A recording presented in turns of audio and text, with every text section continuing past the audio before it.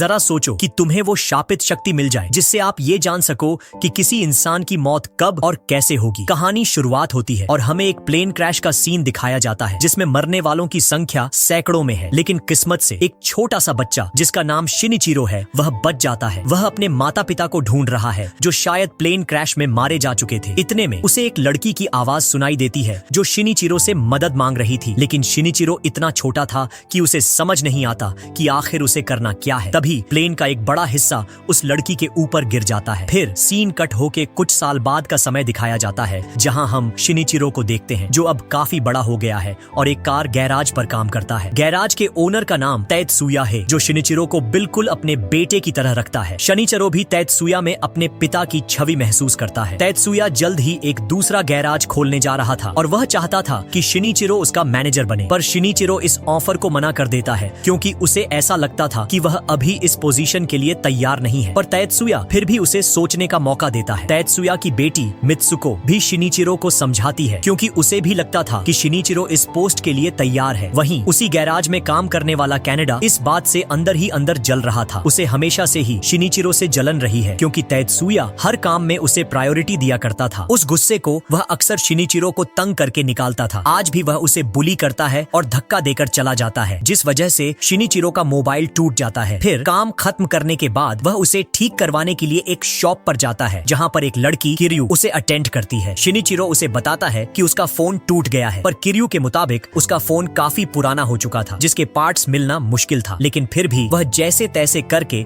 शिनिचिरो का फोन ठीक कर देती है। इसीलिए रात को भी शिनिचिरो अपना फोन देख किरयू को याद करता है। सुबह होते ही वह काम पर जाने के लिए मेट्रो पकड़ लेता है जिसमें वह देखता है कि बगल में खड़े एक आदमी का हाथ अचानक गायब हो रहा था। तब हमें बताया जाता है कि प्लेन क्रैश वाली साइट पर शिनिचिरो को एक पावर मिली थी जिसकी मदद से वह लोगों का भविष्य देख सकता था, स्पेशली उनकी मौत। और इस आदमी के गायब होते हाथ का मतलब कि वह भी जल्द मरने वाला है। पर शिनिचिरो को अभी इस शक्ति के बारे में पता नहीं था, इसलिए वह इसे काम की थकान समझकर अपने काम पर चला जाता है जहां मित्सुको उसे मैनेजर बनने के लिए राजी करने की कोशिश करती है, लेकिन शिनिचिरो अभी भी उसे ना कहता है। रात को वह उसी मोबाइल शॉप के सामने से गुजरता है और उसकी नजरें अब भी किरयू को ही ढूंढ रही थी, जिसके चलते वह एक अजनबी से टकरा जाता है। उस अजनबी का शरीर भी धीरे धीरे गायब हो रहा था। अब शिनिचिरो समझ गया कि ये कोई थकान की वजह से नहीं है। सच का पता लगाने के लिए वह उसका पीछा करता है ताकि पता चल सके कि उसके साथ क्या होगा। वह दोनों कुछ ही आगे गए थे कि एक कार तेजी से आती है और उस गायब होते आदमी को कुचल कर निकल जाती है। अब शिनिचिरो को अपनी इस शक्ति के बारे में पता चल चुका था, लेकिन उसे अफसोस था कि वह उस आदमी के लिए कुछ नहीं कर सका। अगले दिन वह मित्सुको से कहता है कि अगर उसे ऐसी शक्ति मिल जाए जिससे वह लोगों का भविष्य देख सके, साथ ही उसे पता चल जाए कि कौन कब मरने वाला है, तो वह क्या करेगी। इस पर मित्सुको कहती है कि यह शक्ति नहीं,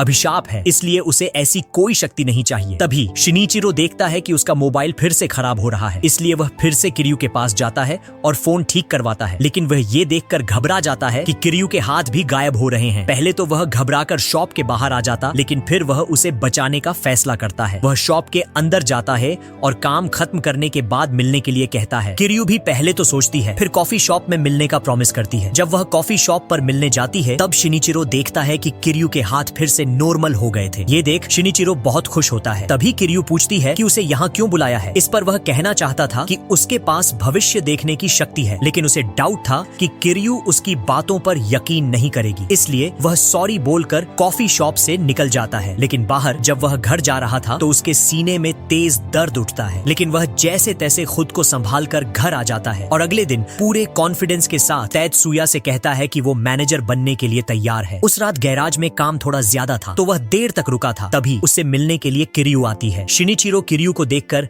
हैरान रह जाता है और किरयू बताती है कि उसने शिनिचिरो का एड्रेस स्टोर से लिया है और वह यहाँ एक जरूरी बात करने आई है। शिनिचिरो उसे कॉफी ऑफर करता है और किरयू एक न्यूज़पेपर रखते हुए बताती है कि उसके स्टोर से कुछ दूर एक फैक्ट्री है जिस पर कल रात को हमला हुआ था और उस हमले में कई लोग मारे गए। इन मरे हुए लोगों में किरयू भी हो सकती थी क्योंकि वह रोज काम खत्म करने के बाद उसी रास्ते से घर जाती है। पर कल रात शिनिचिरो ने उसे कॉफी पर ले जाकर बचा लिया। वह शिनिचिरो का दिल से शुक्रिया अदा करती है। वही हम देख पाते हैं कि शिनिचिरो अब किरयू को मन ही मन पसंद करने लगा है। अगले दिन जब मित्सुको स्टोर में आती है तो वह समझ जाती है कि कल रात को यहाँ पर कोई तो आया था। वो शिनिचिरो से इसके बारे में पूछती है और शिनिचिरो भी मित्सुको से बिना कुछ छुपाए सब सच बता देता है। इस पर मित्सुको खुश होती है क्योंकि यह पहली बार था जब शिनिचिरो किसी से दोस्ती कर रहा था, जबकि इससे पहले तो उसने किसी को अपने पास भी नहीं आने दिया। यहीं पर हमें एक छोटी सी पास्ट की कहानी बताई जाती है, जिसमें तेत्सुया के गैराज पर एक मारिको नाम की लड़की काम करती थी। मारिको शिनिचिरो को पसंद करती थी, लेकिन शिनिचिरो ने उस पर कभी भी ध्यान नहीं दिया। इसलिए मारिको गैराज पर आने वाले एक रईस कस्टमर के साथ रिलेशनशिप में आ गई और यहाँ से हमेशा के लिए चली गई। कहानी फिर से प्रेजेंट में आती है, जहाँ मित्सुको और शिनिचिरो को तेत्सुया की आवाज सुनाई देती है, जो कनाडा पर चिल्ला रहे थे, क्योंकि वह तेत्सुया को बिना बताए गैराज से किसी ग्राहक की गाड़ी लेकर डेट पर गया था। पर कनाडा अपनी गलती मानने की जगह उल्टा तेत्सुया और शिनिचिरो पर गुस्सा करता है और शिनिचिरो पर हमला भी करता है, जिस वजह से तेत्सुया उसे एक जोरदार पंच मारकर काम से निकाल देता है। लेकिन कनाडा के जाते ही शिनिचिरो तेत्सुया के हाथों को देखता है, जो अचानक गायब हो रहे थे। मतलब तेत्सुया की जान को भी खतरा है। शिनिचिरो उसे अपने पिता की तरह मानता था, इसलिए वह उसे बचाने का फैसला करता है और काम खत्म करने के बाद उसे अपने साथ डिनर करने को कहता है। तेत्सुया भी मान जाता है और दोनों पैदल रेस्टोरेंट की तरफ जाने लगते हैं। लेकिन रास्ते में शिनिचिरो का ध्यान सिर्फ और सिर्फ तेत्सुया और उसके आसपास की चीजों पर ही था। इतने में एक अंधेरी जगह से कनाडा लोहे की रोड लेकर तेत्सुया की ओर दौड़ता है, पर शिनिचिरो बीच में आकर उसे बचा लेता है, जिस वजह से तेत्सुया की जान तो बच जाती है, पर शिनिचिरो को फिर से दिल का दौरा पड़ता है और जब उसकी आंख खुलती है तो वह हॉस्पिटल के एक बेड पर था, जहां मित्सुको बताती है कि तेत्सुया ने कनाडा को माफ कर दिया है, क्योंकि उसे अपनी गलती का एहसास था। इसके बाद डॉक्टर टाकियो शिनिचिरो को चेक करता है और कहता है कि शायद यह स्ट्रेस की वजह से हुआ होगा। इतने में शिनिचिरो एक छोटी बच्ची को देखता है जो गायब हो रही थी, इसलिए वह उसका पीछा करने की कोशिश करता है, पर टाकियो उसे रोकते हुए कहता है, क्या तुम्हें भी वह बच्ची गायब होती हुई नजर आई? ये सुनकर शिनिचिरो शॉक हो जाता है। इसके बाद हम देखते हैं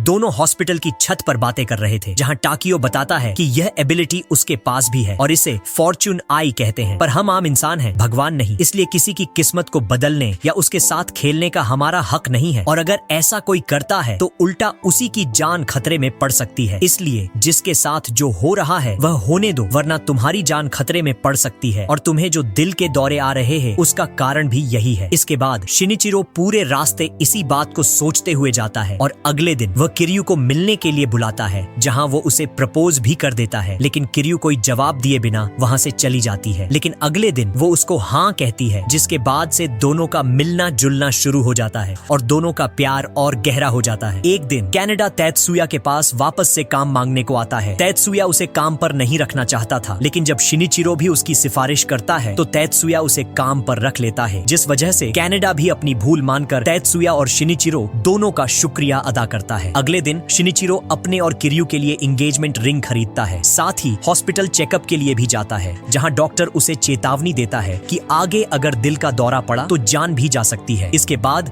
शिनिचिरो अपने गैराज जाता है, जहां एक लड़का कार ठीक करवाने के लिए आता है। ये कोई और नहीं बल्कि मारिको का बॉयफ्रेंड था, इसलिए शिनिचिरो मारिको के बारे में पूछता है, पर वह लड़का उसके बारे में गलत बातें करता है, साथ ही शिनिचिरो को भी काफी भला बुरा कहता है, लेकिन शिनिचिरो शांत रहता है। अगले दिन जब वह अपनी गाड़ी लेने आता है तो शिनिचिरो देखता है कि उसका हाथ भी हवा में गायब हो रहा था, मतलब यह भी जल्द मरने वाला है। लेकिन शिनिचिरो इस बार कुछ न करने का फैसला करता है और कुछ दिन बाद हम शिनिचिरो को उसी आदमी के फ्यूनरल में देखते हैं, जहां उसकी छोटी सी बच्ची अपने पिता के लिए रो रही थी। उस बच्ची को देखकर शिनिचिरो को बहुत दुख होता है, साथ ही उसे उस प्लेन क्रैश वाली लड़की की बार बार याद आती है, जिसे वह बचा नहीं पाया था। अगले दिन वह हताश होकर एक पार्क में बैठ जाता है, जहां स्कूल के कुछ बच्चे अपने टीचर के साथ खेल रहे थे। तभी एक बच्ची उसके पास आकर बॉल मांगती है, लेकिन इस बच्ची का शरीर भी धीरे धीरे गायब हो रहा था, साथ ही बाकी बच्चे और यहाँ तक कि टीचर का शरीर भी अचानक से गायब होने लगता है। इसलिए शिनिचिरो सभी बच्चों के हाथ चेक करता है, पर टीचर को लगता है कि वह बच्चों के साथ गलत हरकत कर रहा है, इसलिए वह सभी बच्चों को लेकर वहाँ से चली जाती है। पर टीचर के हाथ से